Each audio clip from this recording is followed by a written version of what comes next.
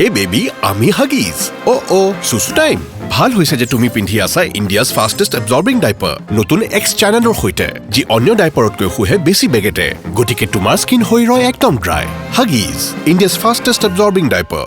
যাকে গুরুতর অবহেলার ঘটনা বলা যেতে পারে, রাজ্য সরকার বেশ কয়েক মাস ধরে ট্রাফিক ডিউটিতে নিয়োজিত হোম গার্ড স্বেচ্ছাসেবকদের বেতন পরিশোধ করেনি। মঙ্গলবার খ্যানাম ডেপুটি মুখ্যমন্ত্রী প্রিস্টোন টাইনসনকে হোম গার্ডদের বকেয়া বেতন দ্রুত মুক্তি দেওয়ার জন্য অনুরোধ করার পরে বিষয়টি প্রকাশ্যে আসে।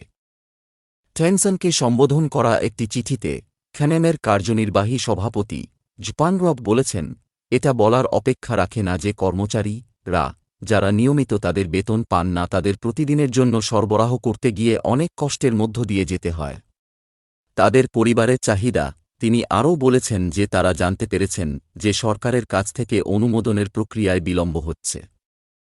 অতএব আমরা আপনার অফিসকে অনুরোধ করব যে হোম গার্ড স্বেচ্ছাসেবকদের অমীমাংসিত বেতনগুলি শীঘ্রই সম্পূর্ণভাবে পরিষ্কার করা হয় তা নিশ্চিত করার জন্য প্রয়োজনীয় পদক্ষেপ নেওয়ার জন্য, যাতে তারা এবং তাদের পরিবারগুলি আনন্দ এবং আনন্দের সাথে বড়দিন উদযাপন করতে পারে। আমরা আরও অনুরোধ করি যে ভবিষ্যতে এই স্বেচ্ছাসেবকদের বেতন নিয়মিত সময়ে দেওয়া হয় যাতে এটি তাদের এবং তাদের পরিবারকে প্রভাবিত না করে, কেইচএনএন নেতা বলেছিলেন।